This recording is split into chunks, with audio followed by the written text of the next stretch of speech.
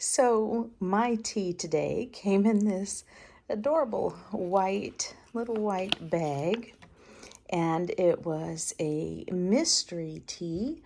I joined the My Tea Pal NYTS Club. NYTS is for New York Tea Society. So two clubs got together and we're going to be tasting a tea each week, and I received the whole month at one time, but this is our very first special one that was a mystery one for us, an extra one. And here's what it looks like. It is a Lao Cong Shuixian, and I may not have said that correctly, and but you'll see the spelling here in a little bit. But isn't it fabulous? Look how so large and dark the leaves. There's a couple colors in the leaves. Just fabulous. So this is my second tasting. So with this club, they're sending us enough for two tastings. We're supposed to do one before the live chat and another one together during the live chat to compare notes. So here is the color of the liqueur.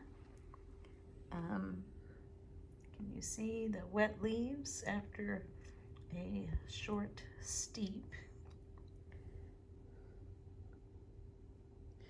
There's the color.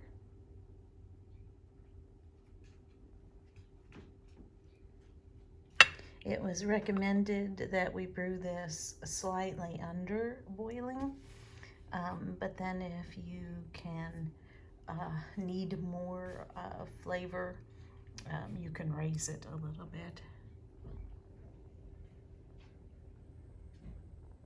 Here are my tasting notes then for this Lao Cong Shuixian. I know I'm butchering that, but you see here how it is spelt. And this word, this is from Babel Carp. If you have not used Babel Carp, I screenshotted that in here. Means old bush.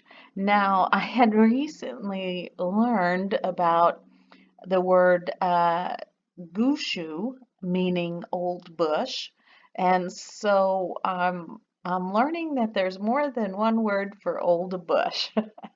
So from this hojoti.com website, this was helpful. It says this Lao Song is the name used for old tea tree in the and this is my added in the parentheses in the Fujian province.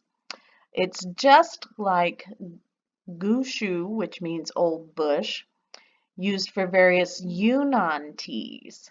So the word Lao Song is used in the Fujian province, and the word gushu is used in the Yunnan province, which I added in parentheses my words, used for pu'er teas. So I have a whole bunch of words that I'm going to share with you about gushu in another video when I have another pu'er, because I've learned a lot about those words. However, there's no clear definition for age of the tea tree to be classified as an old tree. As such, the age of tea tree to be called Lao Song is depending on each manufacturer. In general, the Lao Song gives a more long-lasting aftertaste and a very soft drinking sensation. So that's something for us to look for. So it's saying the difference between Lao Song and Gushu is the Gushu is has more specifically aged to define what an old bush is. Lao Song is not, and the Lao Song gives a longer lasting aftertaste. So this Shuixian, this is from Babel Carp. I know I'm not saying it right. I said it right, I think, 5 minutes ago. Literally water sprite or narcissus flower, a large leaf oolong variety grown in Minbei, and you can read all of that, and the ancestors of many oolong cultivars. So the Shuixian is actually the cultivar.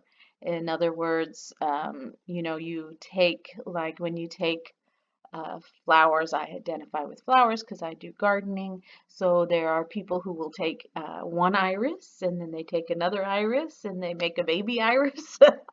I'm laughing at myself. And it comes out as a new iris variety that has never been made before. That's a cultivar. So this is a cultivar of the Camellia sensis. Uh, that's what this Shui Shane is. It's different. It's still a Camellia sensis. It's just a different cultivar. And so moving on.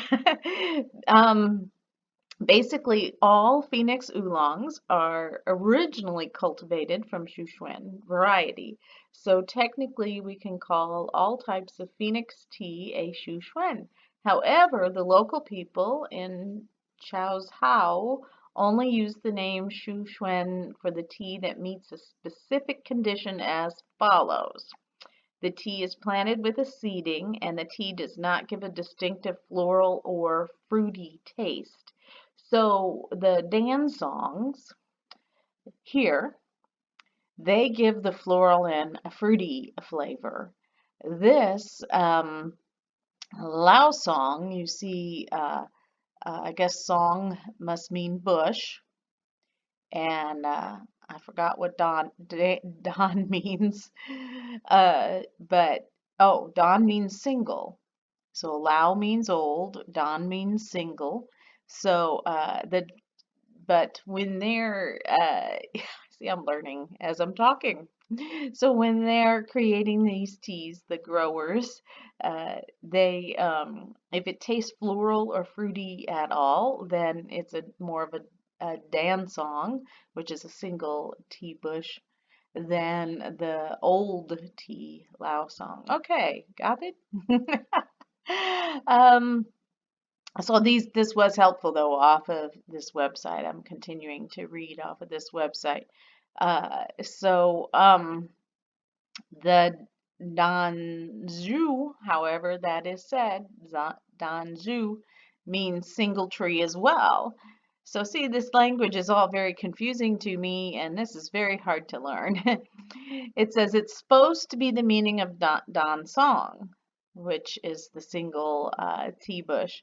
In Phoenix Town, since the word Dan Song is not really meant for a single bush tea, the term danzu is more appropriate to be referred to a single bush tea. Usually the tea that is introduced as danzu oolong is supposed to be a very famous tree in their village. So this would be very confusing. But I think it helps having those notes. So the Lao song is going to have a longer aftertaste or finish. The Dan song is going to be more floral and fruity. And this one is supposed to be like a Dan song, but limited to the famous trees. Okay, so this tea, I put tea merchant because, if you are part of the My Tea Pal Facebook group, My Tea Pal is an app that you can get that is Vincent has created, and it's a pretty cool app. And so I joined that group, and then within that group, they're starting some smaller groups to do clubs.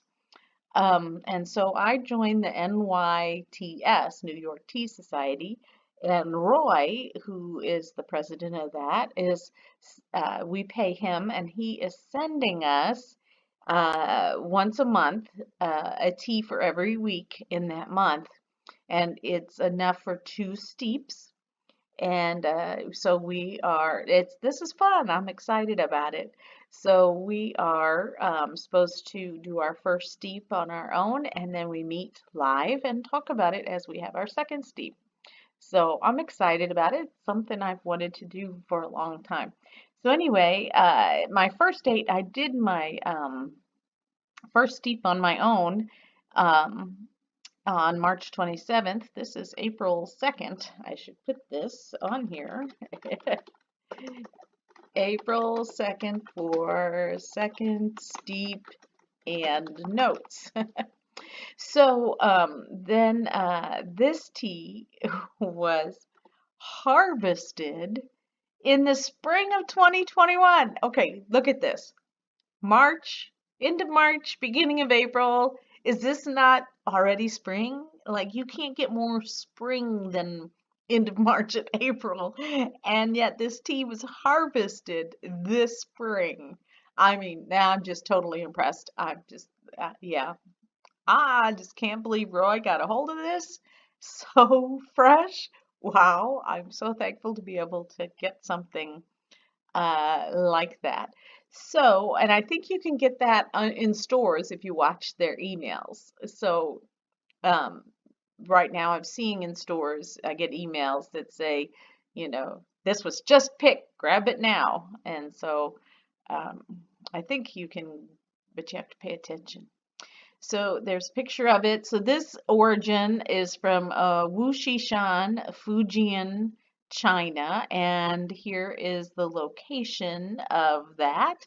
And then I went ahead and got it on a big map, and so that this is where it is. You see it's in the Fujian province. But I went ahead and did this because I wanted to show this is where Yunnan is and this is where Fujian is. And if we go back up here to these notes, we note La Song is the word used in the Fujian, and Gushu for pu'ers is used over here in Yunnan. So you can see both of those here in China. Um, this is a rock tea because it is grown in the Wuyi Mountains. It is very similar to rogui. Every time I think I have the sayings, the pronunciations down, I goof up. So, very similar, but both teas are made with the same cultivar of the tea, the Shuixian, but they're very distant cousins in the varietal of this cultivar. So they're very distant, but yet they're the same cultivar of the same Camellia sinensis plant. So yeah, I never thought about tea having babies. Anyway, this tea is so rare that it is not often shared outside. This is what Roy shared with us during the chat. Not often shared with us outside of the region it is grown, i.e., it's not often shipped to the US. This particular one, now you can get Roy Gui's, but this particular variety that he sent us, it's got a limited supply, and so the tea growers keep it for themselves in their own community. But Roy had met a connection that was willing to send him this tea to share with us. So I feel so special that I was able to get this tea. That's awesomeness. And that's really awesome that Roy was willing to, share with us. I love that there are people out there that are so committed to good tea and sharing good tea to get people to like good tea. Um, Processing, roasted. So I learned during our tea chat that the amount of roasting depends on how good the tea is determined by the tea grower. So if the leaves can withstand it, it is roasted more. So more roasting is one determining factor that the tea is high quality. Of course, over roasting can be used to cover up bad teas. So it's like, how do you know then? If it's a highly roasted tea, how do you know whether it's done to because it's a high quality tea and can withstand it, or because you're covering up bad tea? So uh, I was also told if a tea is heavily roasted and you can get many steeps out of it, i.e. like 10 or more, then it is certainly a high quality tea. So, from Roy, who sent this tea to us, this is what he shared in his notes. Uh, we've already covered that. Here's where I got that it was Spring 21 from Songyang Feng, 3 Ups Peak. So I remember him talking about like this in the chat. This is the place where these leaves are grown. It's one of the prized regions in the core area of Wuxishan, referred to China as Xianyan, original rock. I never knew I was going to learn Chinese when I started getting into tea. But the tea grown in this region are exceptionally high quality. The mountains create the humid microclimate with year-round rain. The soil is rich in minerals and no pesticides. Roy did go on about that. He said that a lot of times you're recommended to rinse teas. I see that all the time in videos, but that's to get rid of the pesticides that are used. And he said this tea is guaranteed to have no pesticides, so you don't need to rinse it, which is kind of cool. They all should be that way. So here it is. Lao Song trees are limited in quantity for several reasons. The Lao Song trees naturally produce a smaller yield than younger trees. Farmers prefer to plant younger trees because they can get a larger yield, leaving fewer Lao Song trees every year. And the area of Sanyangfeng is very small, limiting the number of tea trees that can be grown in this region. So this is a very limited quantity, and that's why they usually keep this to themselves. And I've been gifted with it. How fun is that? So I gave this nutmeg color. You see, here's a picture that I took with my cell phone, and you can see it's very nutmegish. And here's the spectrum, and there's nutmeg. I almost gave it brown, and then I went back and peeked at my Wuxishan Rugway that I had before, and so I chose nutmeg over there, and I was like, yeah, I guess I would agree. And see, look, very spot on. So, aroma flavor. Give it the earthy category because it's a wonderful roasted smell, which I love outdoors. I say this in almost every video. So if it's got an outdoorsy, earthy, or wooded smell, I always love it. And roasting is in the earthy category of the categories I made up. You can see those on my website. The wet was the same lovely aroma, only stronger, which is as expected most of the time. Body I put as light. I didn't get that what's the word? Veracity? um, no pulp-like. That's what I always go back to.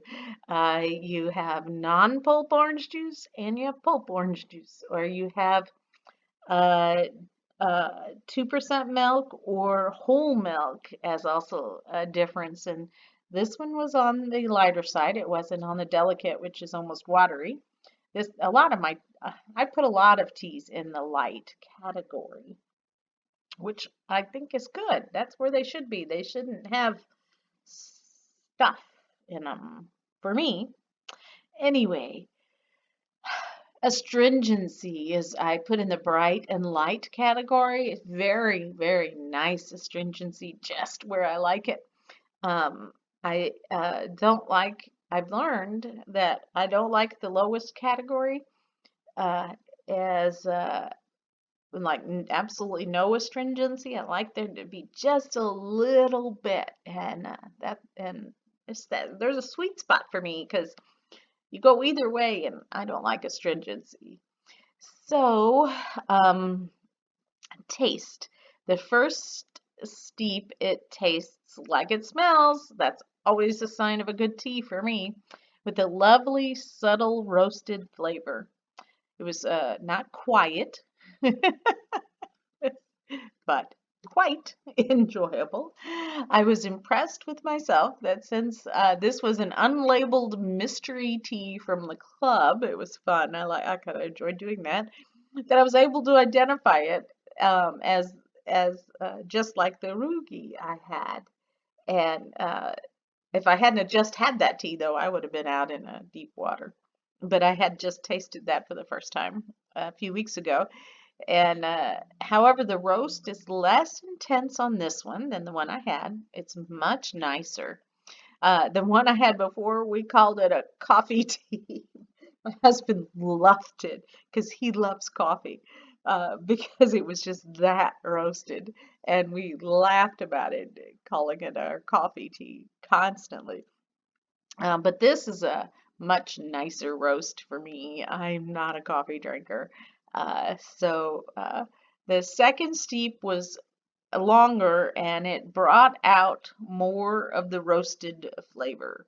Um, it was same, only it was just it was much stronger, more like the other one tea I had, the coffee tea. Um, so our goal is to, I said this earlier, to drink it before we meet with the club and make our notes, and then we meet live together. But I was hiking during the live club meeting. I had dropped my son off for deployment across the state, and I was driving back across the state, and I thought I'd be attending the chat during uh, um, from the car, but I ended up impromptu going on a hike, and so I chatted with them while I was hiking down in the middle of nowhere. So I wasn't drinking while they were drinking.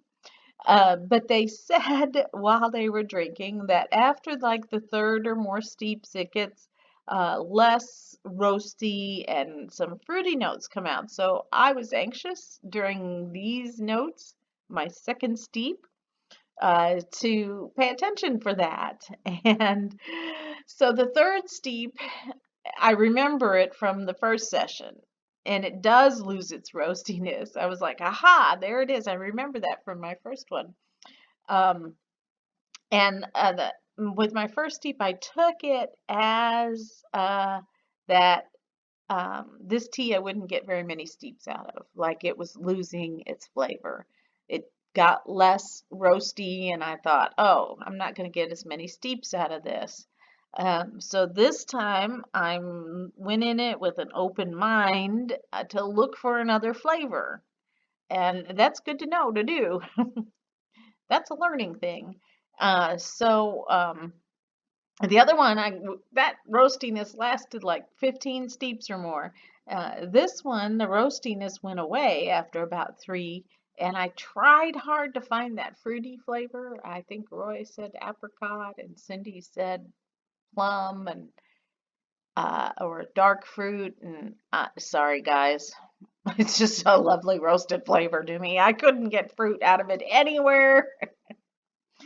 It's just roasted on the lighter end, but I do love this flavor profile, so absolutely nothing wrong with that. The finish, same roasted flavor lingers on well after I swallow. A second steep, though, it got a bit tannic in the lingering, which I didn't like, so I backed off on the amount of time I was steeping on the third and future ones. The Gave it 5 hearts, which is what I gave the Rugi that I had before. The tea did carry the same through the aroma stage, the tasting stage, and the finish stage. Uh, uh, it being an indication of a high quality tea. I do not like when it changes, when it smells one way and it tastes a different way. Don't like that.